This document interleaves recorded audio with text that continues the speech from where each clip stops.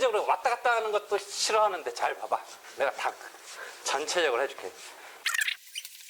자, 어떤 시간적 국면을 보자. 이제 소를 제기했어.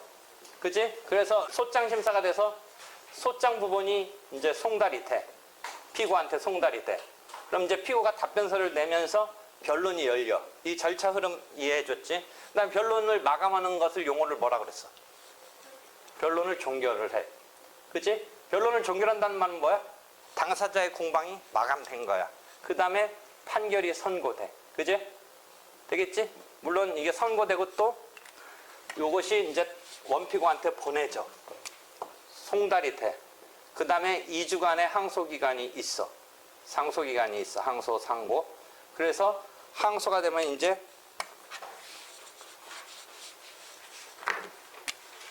다시 항소심이 펼쳐져. 그치?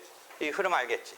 그럼 지금 우리가 어디 얘기를 하냐면 이미 죽었어. 죽었는데도 만연히 소장의 피고로 이 죽은 사람이 등장한 거야. 그치? 지금 이 국면이야.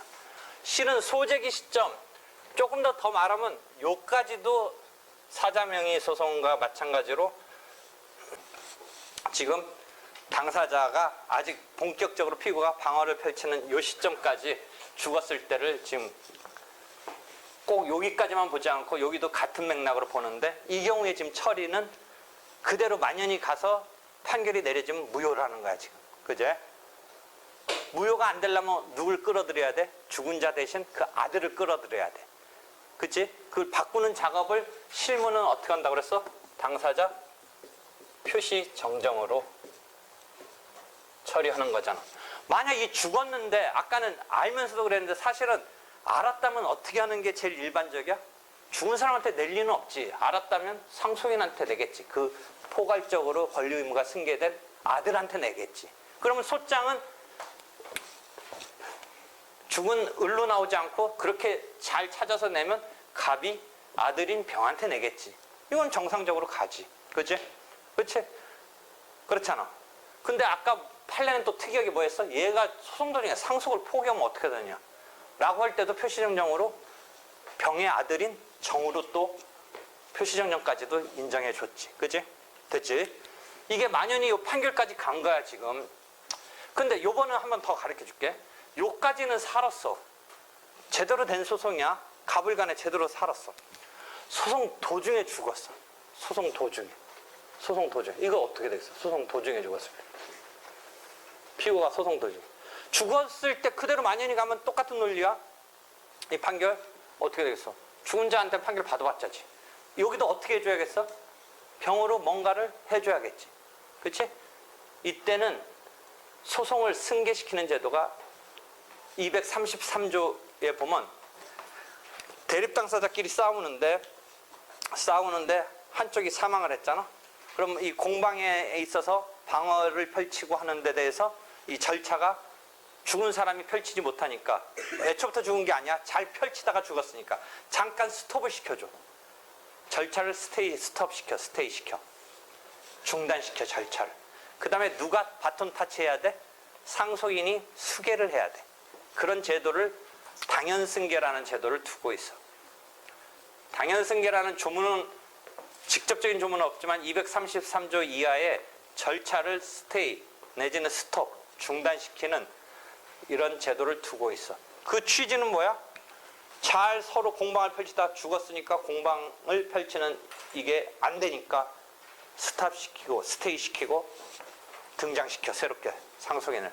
이것을 절차의 중단, 절차의 수계, 그 다음에 당사자 측면에서는 당사자의 승계가 이루어져. 당사자 변경이 일어난 거야.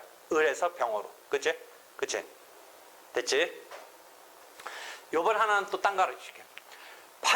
변론 종결까지 해서 공방까지는 다 잘 맞췄어. 공방까지는. 갑을간에 제대로 잘했어. 그래가지고 판결은 이 변론을 종결한 시점에서 판결이 이제 공방이 끝났으니까 을은 갑한테 갚으라고 이렇게, 이건 정상적인 소송이야. 그런데 어느 시점에 을한테 돈 받으러 갔더니 이게 뭔가 달라졌냐면 변론 종결 시점 이후에 죽었어, 을이.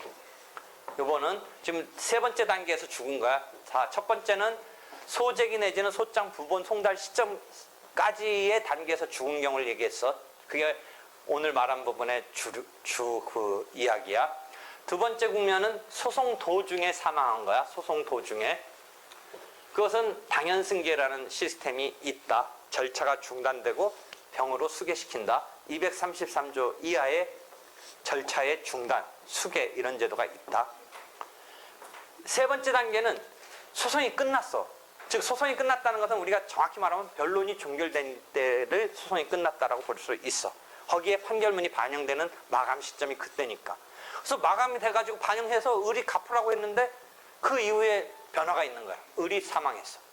그럼 판결문에는 을이 갚으라고 돼 있는데 받으러 갔더니 을은 하늘나라가 있어. 그럼 또 이거 휴지 조각이 어떻게 해요? 이 판결문. 을은 하늘나라까지 찾아가나? 어떡하나? 이 판결문 하늘나라에 보내보나? 이 경우 어떻게 하겠어? 만약 그게 그냥 아무것도 아니라면 아까 말한 대로 무효가 됐든 어쨌든 이게 효력이 없거나 무슨 의미가 없다면 좀 허탈하잖아. 죽은 걸 통제할 수 있는 것도 아니고 이건 몰랐던 것도 아니고 그 시점에 그냥 죽은 거야, 을이. 2년간 끝끝내 싸웠는데 하필 왜 그 시점에 죽냐? 죽으려면 좀 빨리 죽지. 뭐 내가 당연승계인지 뭐 좀 아까 가르쳐준 거라도 써먹게 하지 왜 하필은 딱 그때 죽어. 2년 하다가. 그 통제가 될 수 있는 게 아니잖아. 그래서 그러면 이게 의미 없는 거냐? 라고 하기에는 또 너무 허탈하잖아. 응? 실체법은 어때? 갚을 의무가 이미 정해졌을 때 아들이 이어받지. 응? 그러니까 소송도 중에 승계시키는 거의 맥락인데 지금 이 시점에서 어떻게 있어요? 이 시점에도 아들한테 이 효력을 미칠 수 있다. 원래는 218조 1항에 아까 얘기했듯이 판결의 효력은 당사자사이에 미치는 게 원칙이야. 그러니까 죽었긴 죽었지만 판결문에 나오는 을과 갑 사이에 효력이 생기는 건데 이 경우는 특이하기 때문에 상속인 병한테 아들한테 판결의 효력을 미칠 수 있도록 218조 1항에 당사자 사이에 미치는 게 원칙인데 그 바로 이어서 변론 종결 뒤에 승계인에게 판결의 효력이 미친다라는 조문이 계속 따라붙어. 218조 1항의 뒷문장에 따라붙어. 판결의 효력은 당사자 사이에 미친다라고 딱 밝혀놓고 더 추가로 변론 종결 뒤에는 이게 상황이 어쩔 수 없어. 왜냐하면 이 판결이 내려진 시점에 변론 종결 마감하고 나서 죽은 거는 어떻게 통제가 안 되는 시점에서 그렇게 된 거니까 반영도 못해. 반영할 시점도 이미 지나버렸어. 소송 도중에 이런 상황이 벌어졌으면 어떻게 된다? 절차를 중단하고 수기하고 당연히 당사자를 변경하는 작업이 있을 수 있는데 그 시점이 이미 떠나버렸는데 너 그런 시점에서 죽어버렸는데 그러면 이게 효력이 없다라고 하면 너무 허탈한 거야. 그래서 판결의 효력을 실효성 있게 하기 위해서 변론 종결 뒤에, 즉 변론 종결 뒤에 승계, 당연승계, 포괄승계, 죽은 경우를 말하는 또는 이제 조금 더 어려워지는데 변론 종결 뒤에 그 계쟁물이 소유자가 양수가 일어났다든지 했을 때의 상황은 좀 더 복잡해지는 건데 그런 경우까지를 상정해서 지금 어떤 물건에 대해서 을이 갑한테 주라고 판결을 받았는데 을이 의도했든 안 했든 변론 종결 뒤에 병한테 팔아버리면 판결문에는 을한테 받으라고 되어 있는데 그 물건이 을이 갑한테 넘겨줘야 된다라는 그런 판단을 받았는데 실제 양도 양수가 이루어져서 병이 지금 점유하고 있다든지 했을 때는 병한테 이 판결의 효력을 미칠 수 있게끔 하기 위한 이때 그런 조문이 쓰여. 근데 그 경우는 모든 경우가 그러냐 아니냐 좀 더 검토는 해야지만 하여튼 큰 범위에서는 그런 상황 또는 죽은 경우, 그러니까 죽은 경우를 포괄승계라고 그래. 그 다음에 양도양수가 이루어졌을 때를 특정승계라고 그래. 포괄승계나 그런 특정승계가 이루어졌을 때의 그 승계, 변론 종결 뒤에 승계가 이루어졌을 때 변론 종결 뒤에 승계인에게 판결의 효력이 있다라고 당사자 사이에 미치는 게 원칙인데 한 문장이 더 있어. 그건 확장이 되는 거야. 원래 당사자는 갑과 을인데 을이 사망했다든지 을이 병한테 그 다툼의 대상이 되고 있는 물건을 팔았다든지 했을 때 병한테 판결의 효력을 미칠 수 있게 되는 것이 당사자 사이에만 갖고는 안 돼. 당사자 사이에 판결의 효력이 미친다. 있다라고 하는 것만으로는 안 되고 변론 종결 뒤에 승계인에게 판결의 효력이 있다라고 해서 그런 사람한테 미칠 수가 있는 거야. 그러니까 이 시점 등에서 변론 종결 시점 이후에서 이제 사망을 한 경우에는 218조 1항의 뒷문장 변론 종결 뒤에 승계인에게 종결 후에 승계인에게 판결의 효력이 확장되는 이틀에 의해서 판결의 효력을 미칠 수가 있어. 그 경우에 되겠어? 이 경우는 무효는 아니야. 뭔가 을한테 내려진 판결이고 지금 이 판결은 잘못된 것도 아니야. 왜? 판결이 내릴 때까지는 정상적이었어. 변론 종결 시점까지는 정상적이었어. 이게 문제 있는 판결이 아니야. 근데 그 뒤에 사망을 한 거야. 그랬을 때의 처리가 지금 218조 변론 종결 뒤에 승계인 1항의 그런 상황이 되는 거야. 다시 질문해봐. 전체적으로 질문한 거에 대해서. 응? 전체적으로 이 세 단계를 구별하면 돼. 그치? 지금 당연 무효인 경우는 어떤 경우야? 애초에 소재기 시점 무렵에 죽었는데 그게 만연히 끝끝내 간 거야. 그건 무효야. 그 판결. 어? 소송 도중에 죽었을 때는 이제 복잡해진다. 자, 소송 도중에 잘 싸우다가 죽었어. 그럼 바꾸는 작업을 해줘야 된다. 절차가 중단되고 수개돼야 된다. 그런데 역시 여기서 관가되고 내려진 판결은 어떤가? 관가되고 내려진 판결. 이 경우에 소송 도중에 그런 상황이 번졌는데, 자, 앞에서처럼 당연 무효냐? 이 경우에 당연 무효냐? 애초부터 죽었을 때 만연히 끝끝내 가면 그게 뭔가 정리정돈이 안 되고 그냥 가버리면 무효라고 그랬지, 바뀌지 않고. 소송 도중에 사망을 했어. 바꾸는 작업을 할 수 있는 것은 마련해 주고 있어. 절차를 중단하고 수개시켜, 상속인을 수개시켜서 당사자가 변경되는 틀이 있는데 이게 안 된 거야. 그래서 판결로 갔어. 이 판결은 아까 같은 논리로 당연 무효냐? 라는 게 한번 문제가 됐어. 그래서 95년도 판례가 전원합의체 판결이 당연 무효가 아니라고 했어. 당연 무효가 아니고 어디 가서 보냐면 지금 소송 도중에 그런 상황이 벌어지는 거는 어디에 설명이 되냐면 심리가 정지된다는 제목의 중단, 거기서 설명이 되는 거야. 전체적으로 보면 지금 요 단계에서 두 번째 단계의 얘기를 하는 건데 소송 도중에 심리가 진행되다 중단되는데 지금 그 중에 하나가 문제가 됐던 거가 어느 거냐면 관가되고 중단을 했었어야 되는데 관가되고 그대로 간 경우에 어떻게 되느냐는 정지를 관가하고 중단과 중지를 관가하고 판결이 선고된 경우에는 애초부터 사망을 관가하고 된 것처럼 당연 무효라는 입장은 여기서 논란이 됐어. 그런데 그렇지 않고 판례는 95년도 전원합의체 판결은 확정 전임은 상소. 뭔가 문제는 있지만 당연 무효는 아니라는 거야.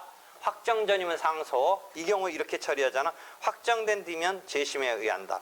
당연 무효와 구별되는 거 이제 알겠어? 아까 자꾸 당연 무효 하면서 재심할 수 있느냐 없느냐 자꾸 그런 거 물어봤는데 지금 차이 알겠어? 이때는 어떤 근거로 이렇게 전원합의체 판결이 얘기한 거야?